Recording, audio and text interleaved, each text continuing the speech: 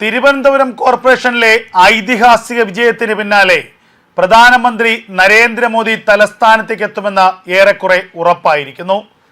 തലസ്ഥാനത്തെത്തുന്ന പ്രധാനമന്ത്രി തിരുവനന്തപുരത്തിന്റെ സമഗ്ര വികസനത്തിന്റെ മാസ്റ്റർ പ്ലാൻ പ്രഖ്യാപിക്കുമെന്നാണ് BJP സംസ്ഥാന അധ്യക്ഷൻ രാജീവ് ചന്ദ്രശേഖർ വ്യക്തമാക്കുന്നത്.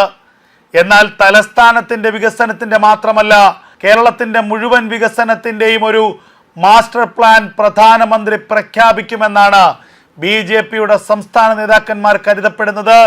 തിരുവനന്തപുരം പിടിച്ചെടുത്തതുപോലെ, തിരുവനന്തപുരം തൂക്കിയതുപോലെ 2026 കേരളത്തിൽ നടക്കുന്ന നിയമസഭാ തെരഞ്ഞെടുപ്പിൽ വമ്പൻ വിജയം ലക്ഷ്യമിട്ടുള്ള ഒരു വലിയ പദ്ധതി, ഒരു വലിയ പ്ലാൻ, ഒരു വലിയ മാസ്റ്റർ പ്ലാൻ പ്രധാനമന്ത്രി നരേന്ദ്രമോദി പ്രഖ്യാപിക്കുമെന്നാണ് കേരളത്തിലെ BJP നേതൃത്വം കണക്ക് കൂട്ടുന്നത്.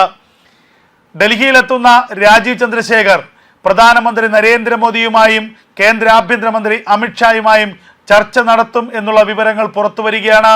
തിരുവനന്തപുരത്തെ വിജയത്തിന് പിന്നാലെ പ്രധാനമന്ത്രി രാജീവ് ചന്ദ്രശേഖറുമായി ടെലിഫോണിൽ സംസാരിച്ചിരുന്നു. തിരുവനന്തപുരത്ത് നേടിയ വിജയത്തെക്കുറിച്ച് വളരെ അഭിനന്ദനാർഹമായ കാര്യങ്ങളാണ് പ്രധാനമന്ത്രി പറഞ്ഞതെന്ന് രാജീവ് ചന്ദ്രശേഖർ പിന്നീട് പറയുകയും ചെയ്തു.